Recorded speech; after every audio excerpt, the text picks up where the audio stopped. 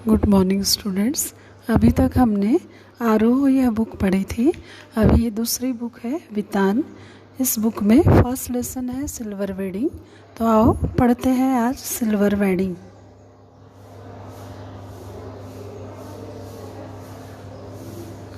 वितान, शिक्षा का वितान एक ऐसा तंबू है जो अपने भीतर पूरे विश्व को समेट लेता है। किसी भी सीमा या बंधन इसके आड़े नहीं आती है।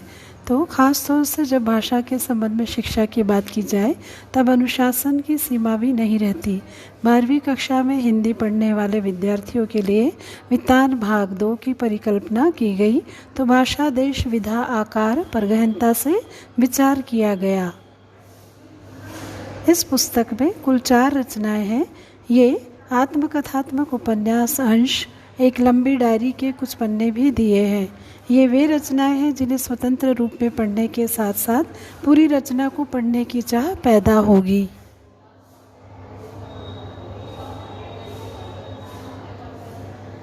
सिल्वर वेडिंग के लेखक हैं मनोहर श्याम जोशी। एक लंबी कहानी। मनोहर श्याम जोशी की अन्य रचनाओं से अलग दिखती सी पर है नहीं। यह कहानी अपने शिल्प में जोशी जी के चिर परिचित भाषिक अंदाज और मुहावरों से युक्त है।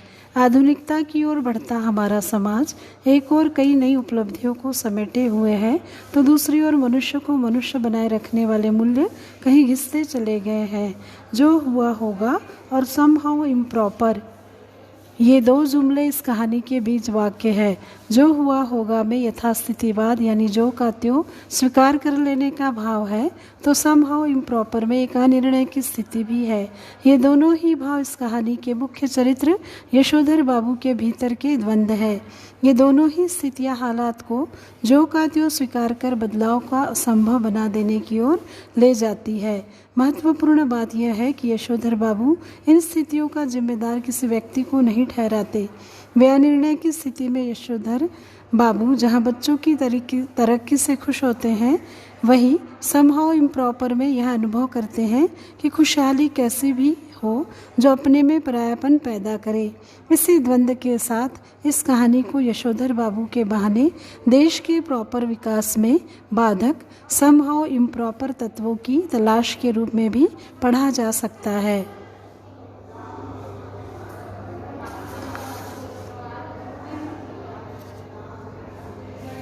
तो आइए पढ़ते हैं मनोहर श्याम जोशी द्वारा रचित सिल्वर वेडिंग। यशोधर बाबू अपने विभाग में सेक्शन ऑफिसर है जो अपने कार्यालय में ठीक समय पर बैठते हैं। उनके कारण उनके अधीनस्थ यानी उनके नीचे काम करने वाले भी उसी समय तक बैठना पड़ता है। अपने अधीनस्थों के साथ दिन भर उनका व्यवहार भले ही रूखा हो, शाम को जाते समय वे अपने गुरु कृष्णानंद पांडे की परंपरा का निर्वाह करते हैं और वातावरण को हल्का फुल्का बनाने के लिए थोड़ा बहुत हास प्रयास करते हैं। अधीनस्थ असिस्टेंट ग्रेड के लिपिक चड्डा की धृष्टता को भी अनदेखा कर देते हैं।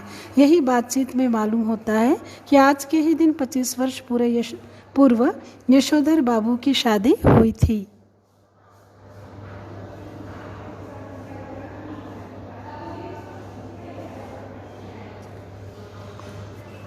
यशोधर बाबू को अपने पूर्ववर्ती अधिकारी किशनदा का स्मरण हो आया और कुछ क्षण के लिए उनके साथ बिताए गए समय की स्मृतियों में खो गए। चड्डा के पुनः बोलने पर यशोधर बाबू के मुख से अचानक यह वाक्य निकल गया, now let me see, I was married on 6 February 1947।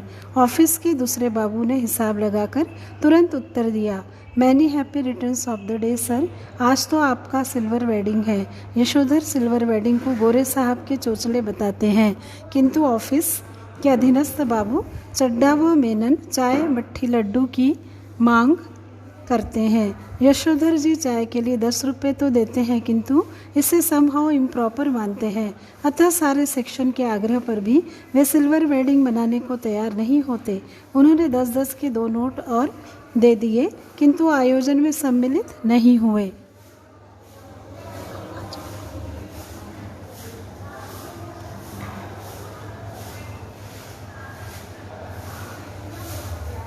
Yashodhar Babu boy service से तरक्की पाते हुए आज सेक्शन ऑफिसर है। उनके आदर्श उनके पूर्ववर्ती अधिकारी किशन दा है। वे अपने व्यवहार में किशन दा का अनुकरण करते हैं। किशन दा के मार्गदर्शन में वे आज यहाँ तक पहुँचे हैं। यशोधर जी किशन दा के समानी सिद्धांतों के धनी हैं। ऑफिस के बाद वे प्रतिदिन बिरला मंदिर जाते हैं। वहाँ बैठकर प्रवचन सुनते हैं अथवा स्वयं ध्यान लगाते हैं। वहाँ से पहाड़गंज निकल जाते हैं, जहाँ से साग सब्जी खरीदते हैं। इसी समय लोगों से मिलना जुलना कर लेते हैं। घर से ऑफिस और ऑफिस से घर वे पैदल ही आते हैं। ऑफिस का समय तो 5 बजे का है, किंतु वे घर रात्रि को 8 बजे ही पहुँचते हैं। किशन दा की याद। आज यशोधर जी जब बिरला मंदिर जा रहे थे, उनकी निगाह उस अहाते पर पड़ी जिसमें कभी किशन दा 3 बेडरूम वाले क्वार्टर में रहते थे। उस क्वार्टर के स्थान पर अब एक 6 मंजिला मकान बन गया है। यशोधर बाबू को 1 मंजिला क्वार्टर तोड़कर ये बहुमंजिली इमारतें अच्छी नहीं लगती।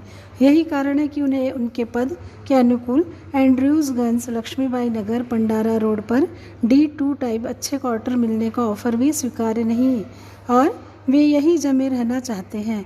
जब उनका क्वार्टर तोड़ा जाने लगा तब उन्होंने यही शेष क्वार्टर्स में से एक अपने नाम अलॉट कर लिया। किशन दा की स्मृति को बनाए रखने के लिए वे इस क्षेत्र में ही रहना चाहते हैं।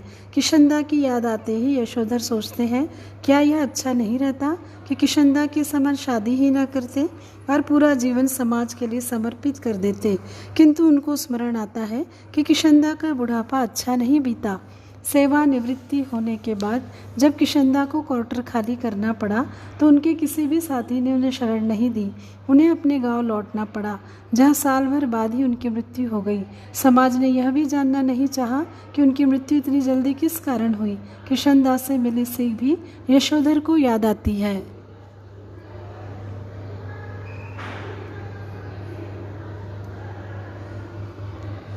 यशोधर को याद आता है, प्रतिदिन भ्रमण से लौटते हुए किशन दा अपने मानस पुत्र यशोधर के घर अवश्य आते थे। किशन दा ने ही उन्हें जल्दी उठना और सैर पर जाना सिखाया था। किशन दा ने early to bed and early to rise makes a man healthy and wise मंत्र दिया था।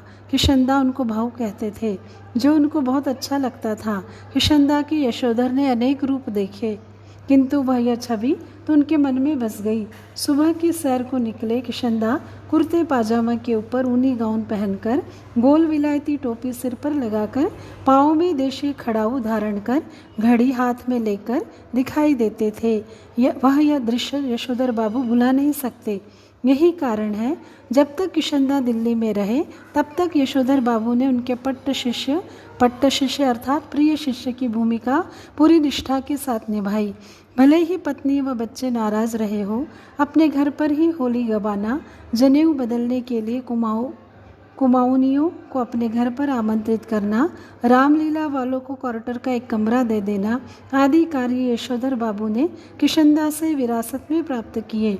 यशोधर को इस बात का दुख है कि किशन दा का बुढ़ापा सुखी नहीं रहा।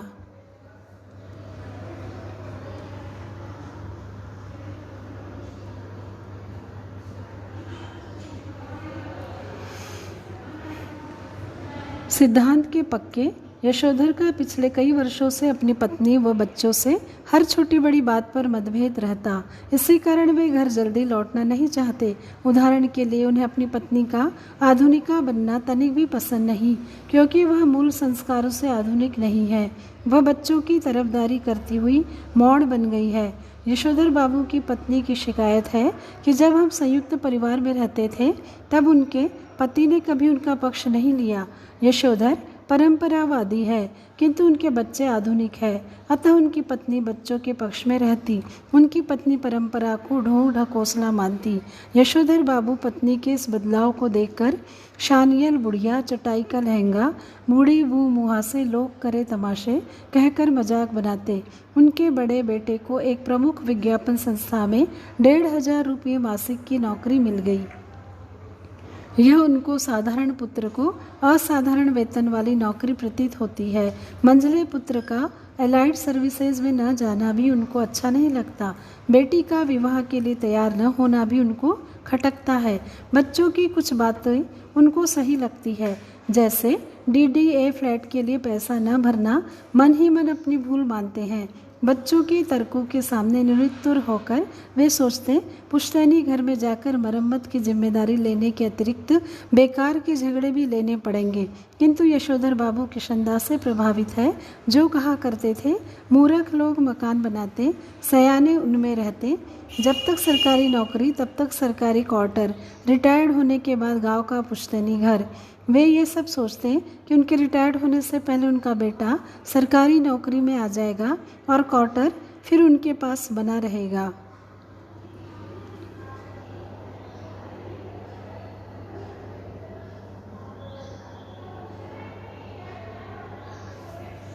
आज प्रवचन सुनने पे यशोधर जी का मन नहीं लग रहा है।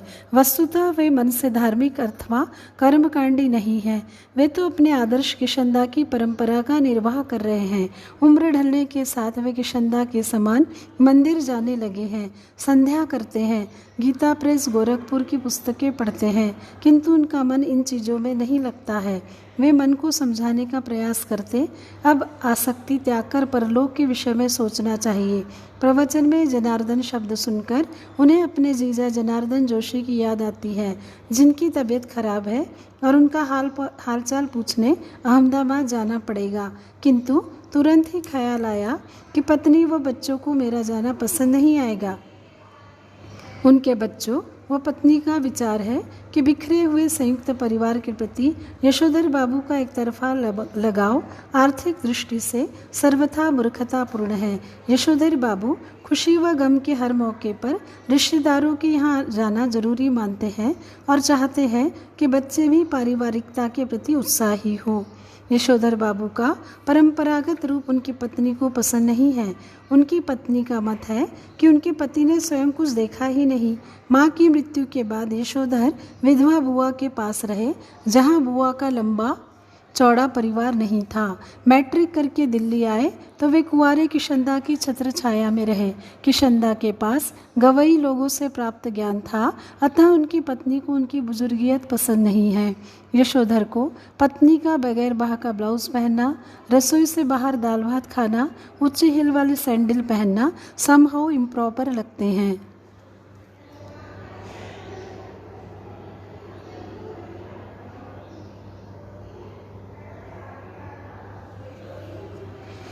यशोधर जी चाहते हैं कि समाज उन्हें सम्मानित बुजुर्ग माने, मेरे बच्चे मेरा आदर करें और हर बात में मुझसे उसी प्रकार सलाह लें जैसे मैं किशनदा से लेता था। वे नहीं चाहते कि मैं जो कुछ कहूँ बच्चे उसे पत्थर की लकीर समझे, किंतु यह उचित नहीं कि जो मन में आए करे। हमसे पूछा भी न जाए, वे अनुभव का कोई विकल्प नहीं मानते। वे चाहते उनके बच्चे उनसे कहे कि पापा दूध लाना, सदर बाजार जाकर दालें लाना, पहाड़गंज से सब्जी लाना, राशन लाना, CGHS डिस्पेंसरी से दवा लाना, डिपो से कोयला लाना जैसे काम छोड़ दे। वे चाहते हैं कि उनका बेटा अपना वेतन उनको ला कर दे, किंतु उनकी इन इच्छाओं की ओर किसी का भी ध्यान नहीं है।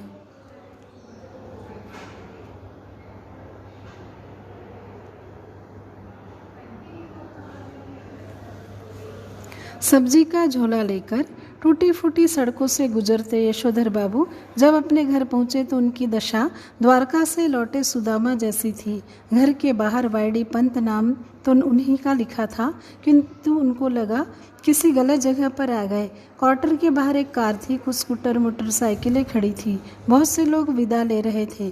बाहर बरामदे में रंगीन कागज के झालरें, गुब्बारे लटक रहे थे, रंग बिरंगी रोशनियां जली थी। बड़ा बेटा भूषण कार में बैठे हुए किसी साहब से हाथ मिला रहा था और कह रहा था, give my warm regards to your father. Yashodhar Babu की समझ में अभी तक कुछ नहीं आया था।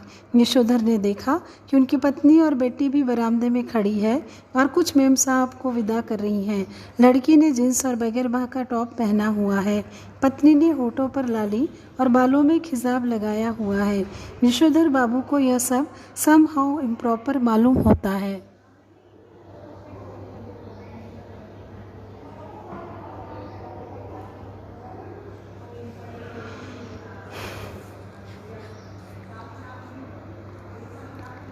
यशोधर चुपके से घर पहुँचे तो उनके बड़े बेटे ने झिड़की से लगाते हुए कहा, बब्बा आप भी हद करते हैं। सिल्वर वेडिंग के दिन 8:30 बजे घर पहुंचे हैं। अभी तक मेरे बॉस आपकी राह देख रहे थे। यशोधर ने शर्मीली हंसी हंसते हुए पूछा, हम लोगों की यहाँ सिल्वर वेडिंग कब से होने लगी? यशोधर के भांजे चंद्रदत्त तिवारी ने कहा, जब से तुम्हारा बेटा 1,500 महीना कमाने लगा है तब से। यशोधर बाबू को अपने सिल्वर वेडिंग की यह पार्टी समहाउ इम्प्रॉपर लगती है, अतः उनको विवाह की 25वीं वर्षगांठ पर केक, 4 तरह की मिठाई, नमकीन, फल, कोल्ड ड्रिंक्स, चाय व विस्की सब अच्छी नहीं लगी। उनको यह भी मलाल है कि जब वे सुबह ऑफिस गए तब तक इस आयोजन की कोई चर्चा तक नहीं थी। जब उनके पुत्र भूषण ने अपने मित्रों सहयोगियों से यशोधर बाबू का परिचय कराया तो वे many happy returns of the day का थैंक यू कहकर जवाब देते तथा जिनके नाम उनको पहले बता दिए थे उनको YD Pant home ministry Bhushan father कहकर स्वयं हाथ बढ़ाते। उन्होंने प्रयास किया, भले ही वे संस्कारी कुमाऊनी हैं तथा विलायती रीति रिवाज से अच्छी तरह परिचित है। इस समय भी वे किशनदा की सलाह पर चल रहे थे, जहाँ जो कहा करते थे, आना सब कुछ चाहिए। बच्चों के आग्रह पर केक काटने के स्थान पर भी जाकर खड़े हो गए। बेटी के आग्रह पर उन्होंने केक भी काटा, जबकि उन्होंने कहा, somehow I don't like all this. किंतु केक खाने को वे तैयार नहीं हुए क्योंकि उसमें अंडा होता है। अधिक आग्रह पर उन्होंने कह दिया, मैंने अभी संध्या नहीं की। वे अन्य सभी से कहते, आप सब लोग खाइए, please go ahead, no formality.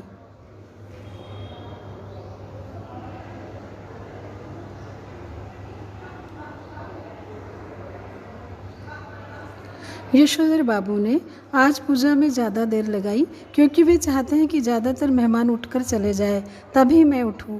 आज पूजा में भी उनको किशनदा दिखाई दिए। यशोधर बाबू पूछते हैं, जो हुआ होगा से आप कैसे मर गए? किशनदा ने बताया, भाऊ सभी जन इसी जो हुआ होगा से मरते हैं, शुरू और अंत में सब अकेले ही होते हैं।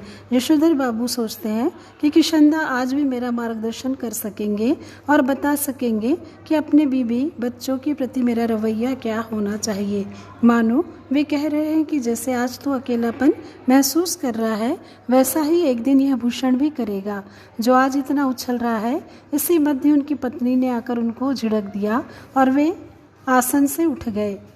पत्नी से रिश्तेदारों के चले जाने की बात मालूम होने पर यशोधर बाबू गमछा पहनकर बैठक में आए, जो उनकी बेटी को अच्छा नहीं लगा। बेटी के आक्रोश को सुनकर यशोधर भी उसकी जीन पर व्यंग कसते हैं। यशोधर ने जब उनको मिले प्रेजेंट खोलने के लिए कहा जाता है तो कह देते हैं, तुम खोलो, तुम्हें इस्तेमाल करो। भूषण उनको खोलकर कहता है, यह उन्हीं ड्रेसिंग गाउन है, यह मैं आपके लिए लाया हूँ। आप सवेरे को जब दूध लेने जाते हैं तो फटा पुलोवर पहनकर चले जाते, जो बहुत बुरा लगता है।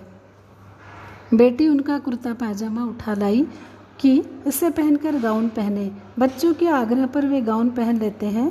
यह कहना कठिन है कि उनको भूषण की यह बात चुभ गई कि इसे पहनकर दूध लेने जाया करे, जबकि कहना चाहिए था कि दूध मैं ला दिया करूँगा। अथवा गाउन पहनकर वे भी किशनदा बन गए हैं, किंतु उनकी आंखें इस समय नम हो गई है। तो इस तरह यह लेसन यहाँ कंप्लीट होता है। सभी को इसकी रीडिंग भी करना है, तभी यह लेसन अच्छे से समझ में आएगा। Thank you. Stay safe, stay home.